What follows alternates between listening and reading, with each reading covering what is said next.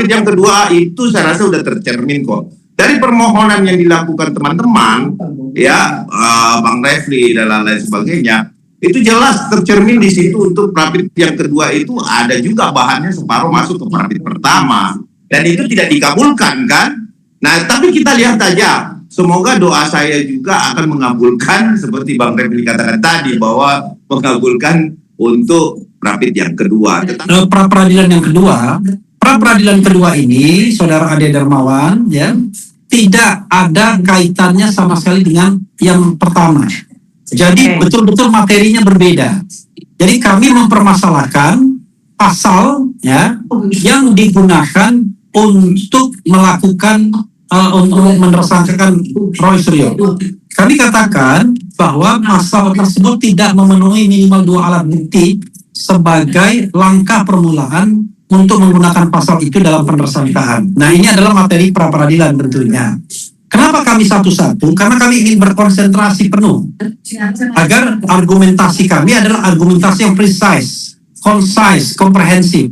Jadi kami akan buktikan bahwa penggunaan pasal 32 ayat 1 Undang-Undang ITE atau Undang-Undang Nomor 11 tahun 2008 itu tidak pada tempatnya untuk menersangkakan prosedur. Seandainya, ya, kami dari sisi hukum ini dikabulkan, maka kami berharap nantinya jaksa tidak lagi menuntut Mas Roy dengan pasal-pasal yang tidak masuk pasal prosedur, yaitu yang ancamannya 8 sampai 12 tahun. Kemudian perkara eksekusinya ada ketidaksempurnaan, justru itulah yang kami permasalahkan. Jadi bungkus dari penahanan dan lain sebagainya itulah yang kemudian secara faktual, karena ini menjadi sebuah putusan pengadilan, jadi Anda tidak bisa mendinai. Orang saya bilang borgolai saya semua polisi saya bilang memang benar. Kalian mau bunuh Roy sama Dr. Tifa saya bilang. Semua live kok.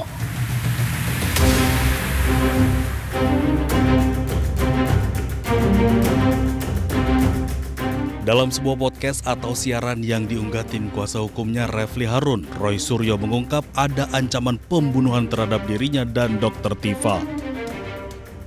Ancaman pembunuhan diungkap Roy Suryo terjadi di luar rumah sakit usai dirinya menjalani pemeriksaan kesehatan pasca penangkapan. Menurut Roy dan Tifa, ancaman yang muncul tidak membuat mereka gentar karena seluruh aktivitas terdokumentasi melalui siaran langsung. Roy dan Tifa juga menilai ancaman dan intimidasi menunjukkan ada pihak-pihak yang khawatir menghadapi proses pembuktian di pengadilan. Akan sidang itu, sidang kita berlaku. Kalau kami kan siap, bismillah, kita siap, udah persiapkan segala macam ilmu hukumnya kita siap dengan mengelola kita. Kemudian kita juga sudah rapat, kita sudah simulasi. Jadi kita siap. Yang nggak siap itu bikin kayak gini nih, bikin teror, bikin intimidasi, segala macam cara mereka lakukan. Yang mereka katakan itu padahal kita bukan aib, itu kan sesuatu yang biasa aja. Itu kan terjadi, itu biasa. Siapa orang punya kan? Ada tuh yang teriak-teriak di luar rumah sakit. Berani banget. Emang berani saya karena benar. Katanya mereka juga berani ngapa-ngapain ya. Orang saya bilang borgolai saya semua polisi saya bilang memang benar. Kalian mau bunuh Roy sama Dr. Tifa saya bilang. Semua live kok. Iya. Enggak bisa. Karena kami live susah satunya live. Jadi ini udah tahu mau dipaksakan ini. Itu aja. Dr. Tifa akan menjalani sidang kedua yang beragendakan pembacaan keberatan atau eksepsi pada Kamis 9 Juli. Sementara Roy Suryo akan menjalani sidang pra-peradilan keduanya terkait status tersangka pada Jumat 10 Juli. Pada pra-peradilan pertama terkait penangkapan, penggeledahan, dan penahanan, Majelis Hakim memenangkan Roy Suryo. Dari Jakarta, Tim Liputan iNews melaporkan. Allahumma salli ala Sayyidina Muhammad wa ala ali Sayyidina Muhammad, bahwa kita ini ya Allah. Terus. Suasana haru menyelimuti warga saat peresmian jembatan Enang-Enang di Kabupaten Bener Meriah, Aceh. Ribuan warga tumpah ruah bersukacita lantaran jembatan akhirnya bisa dilalui setelah hampir 1 tahun tertutup longsor. Sebelumnya, lantaran tak kunjung diperbaiki pemerintah, warga akhirnya patungan hingga terkumpul 1 miliar rupiah untuk memperbaiki jembatan ini. memang kami tahu kalau yang kami buat ini memang tidak layak, jauh tidak layak Pak. Karena apalagi kami bukan punya alat, bukan punya arsitek. Ini hanya sebuah sumbangsih daripada masyarakat asal bisa lewat. Rencana perbaikan ini sempat ada, namun Badan Pelaksana Jalan Nasional BPJN memutuskan tak melanjutkan proses perbaikan dengan alasan kondisi jalan belum aman dilintasi. Kondisi sekali hujan nanti ini akan dibawa semua.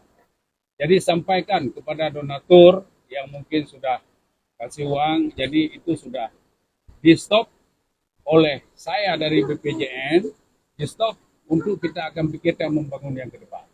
Itu aja. Jadi uang itu, berapa yang ada uang itu, Bapak mungkin bisa pergunakan ke tempat yang lain. Jembatan Enang-Enang merupakan urat tadi penghubung pantai timur dan dataran tinggi Gayo, sekaligus akses vital bagi ratusan ribu warga di wilayah tengah Aceh. Dari Bener Meriah, Aceh, Yusradi, iNews melaporkan.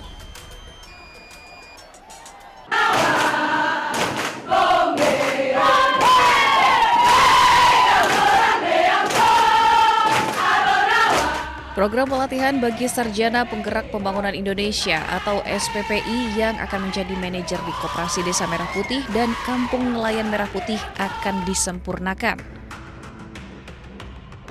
Pemerintah telah mengevaluasi secara menyeluruh dan memutuskan untuk mengubah konsep pelatihan dari yang sebelumnya berbasis latihan dasar kemiliteran menjadi pelatihan bela negara dan manajerial. Kami ingin menegaskan bahwa pemerintah menempatkan keselamatan, kesehatan, dan kesejahteraan para peserta sebagai prioritas utama. Kami mendengar, melihat, dan merasakan betul apa yang menjadi kekhawatiran masyarakat serta keluarga peserta. Tidak ada satupun tujuan program pemerintah yang lebih penting daripada memastikan anak-anak kita, para kader bangsa ini, dapat belajar dan berlatih dengan aman dan nyaman, serta optimal.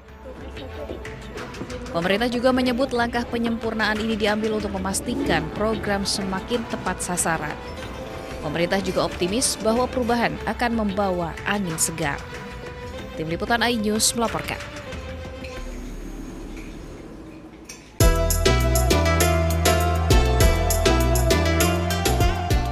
Pemerintah melalui Kementerian Haji dan Umroh mengusulkan biaya penyelenggaraan ibadah haji tahun 2027 naik sekitar 20 juta rupiah menjadi 107.300.000 rupiah per jemaah. Kementerian Haji dan Umroh menyebut kenaikan biaya penyelenggaraan haji tahun 2027 dipicu sejumlah faktor seperti turunnya nilai tukar rupiah terhadap dolar, kenaikan biaya penerbangan, hingga layanan pengurusan visa. Namun biaya perjalanan ibadah haji yang dibayar langsung oleh jemaah tetap sekitar 40% dari total BPIH. Sedangkan 60% sisanya akan ditutup dari nilai manfaat yang dikelola Badan Pengelola Keuangan Haji. Hal ini disampaikan Menteri Haji dan Umroh Muhammad Irfan Yusuf saat rapat kerja dengan Komisi 8 di Gedung DPR RI, Senayan, Jakarta. Kita sudah mengajukan BPIH yang dengan berat memang terpaksa harus naik karena faktor dolar, faktor aftur, dan pemerintah Saudi sudah meningkatkan layanannya. Artinya apa? Otomatis akan menambah harganya juga. Penetapan angka ini berdasarkan item-item itu rasional sekali. Maka Komisi 8 akan mencoba nanti merubah dasar penghitungan, tetapi tetap pelayanannya bisa ditingkatkan. Dari Jakarta, Bagus Prasetyadi Laksana, iNews melaporkan.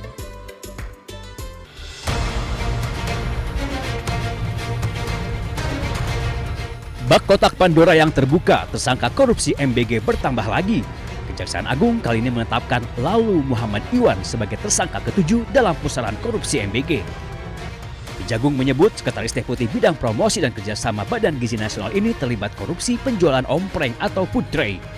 Modusnya, perwira polisi aktif berpangkat Brigadir Jenderal itu mencari calon mitra untuk mendirikan dapur MBG. Syaratnya, mereka wajib membeli ompreng kepada perusahaan PT SGI. Belakangan terungkap PT SGI ternyata perusahaan yang sengaja ia dirikan. Jadi perannya adalah pada tahun 2025, ini saudara LM ini meminta saksi YCS dan RD mendirikan suatu perusahaan ya, dengan tujuan sarana untuk melakukan penjualan alat berupa food tray kepada calon mitra SPBG dengan harga yang sudah ditentukan oleh tersangka LMI ya. Walaupun sudah menetapkan 7 orang tersangka, Ketua Masyarakat Anti Korupsi Boyamin Saiman menyebut jumlah tersangka korupsi MBG kemungkinan akan bertambah. Boyamin juga mendesak Kejagung tidak hanya menetapkan tersangka, tetapi juga harus bisa mengembalikan kerugian uang negara. Jadi ini masih banyak yang harus jadi tersangka, karena banyak yang dimanipulasi, banyak yang dikorupsi, mulai dari titik dapur, pengadaan motor listrik, kompleng, mungkin CCTV, mungkin diduga juga terkait dengan pengadaan pakaian, pengadaan tablet, segala macam. Itu sudah seharusnya Kejaksaan Agung menyasar semua yang terlibat dalam korupsi MBG dan BGN. Karena apapun ya, untuk pertama tujuan utamanya adalah pengembalian kerugian negara. Karena kalau tidak disasar nanti pengembalian kerugian negara akan minim. Penetapan lalu Muhammad Iwan menambah jumlah petinggi Badan Gizi Nasional yang menjadi tersangka pencuri uang MBG. Sebelumnya, Kejagung sudah lebih dulu menangkap Ketua BGN Dedan Hindayana dan 2 wakilnya, Sony Sonjaya dan Lodewijk Kusung. Menyusul 3 tersangka lainnya dari pihak swasta, yakni Asep Yusuf Somantri, Glory Harima Sihombing, dan Andri Mulyono. Tim Liputan Ainus melaporkan.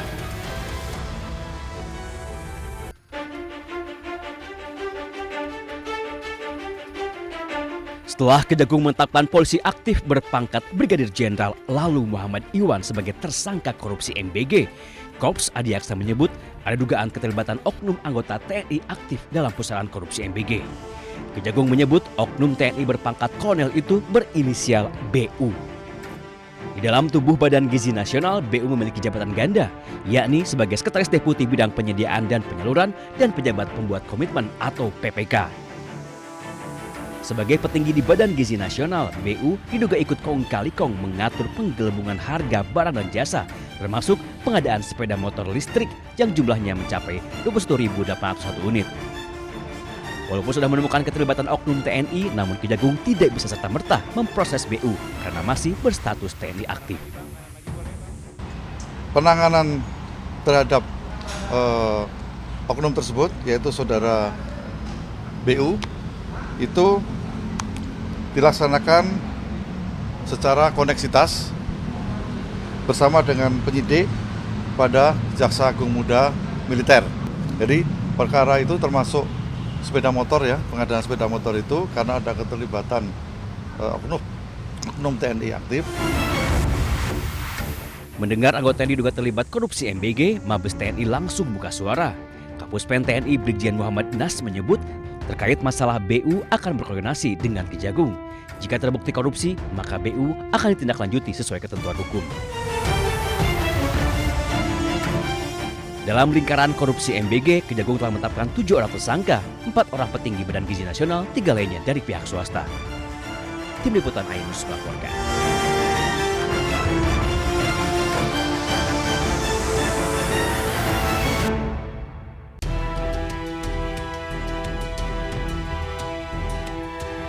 Satu orang polisi aktif berpangkat Brigadir Jenderal disebut Kejagung sebagai tersangka korupsi MBG. Ia adalah Brigjen Pol lalu Muhammad Iwan Mahardan. Iwan terlibat dalam proses jual beli food tray atau ompreng yang ternyata menyalahi aturan. Istana angkat suara. Kepala Badan Komunikasi Pemerintahan Muhammad Kodari menyebut walaupun berpangkat jenderal, namun proses hukum terhadap Iwan harus tetap berjalan tanpa pandang bulu. Kodari juga menyerahkan seluruh proses hukum kepada Kejagung. Kalau bicara aspek hukum, tentu semua harus kembali kepada aparat penegak hukum. Dan yang sedang memproses sekarang adalah kejaksaan. Dan seperti dikatakan oleh Bapak Presiden bahwa hukum sekarang ditegakkan tanpa pandang bulu, apapun latar belakangnya. Jadi sebetulnya siapapun dimintakan pertanggungjawabannya sesuai dengan posisi dan pos yang sedang ditempati. Ya, jadi bukan karena latar belakangnya polisi, bukan karena latar belakangnya non-polisi, tapi karena memang masalah-masalah yang terjadi di saat beliau sedang ditugaskan di tempat yang di mana kasus itu terjadi, yaitu BGN. Intinya kita lihat saja proses yang akan berkembang ke depan dan akan diproses sebagaimana mestinya. Lalu Muhammad Iwan Mahardan menjadi tersangka ke-7 dalam pusaran korupsi MBG. Kejagung menyebut Iwan berbuat curang dengan mencari calon mitra untuk mendirikan dapur MBG. Namun, pemilik dapur dipaksa membeli food tray atau ompreng kepada perusahaan yang sengaja ia dirikan. Selain Iwan, Kejagung sudah menetapkan 6 tersangka lainnya, 3 diantaranya petinggi Badan Gizi Nasional. Mereka diduga kong kali kong dalam praktek jual beli dapur MBG. Tim Liputan iNews melaporkan.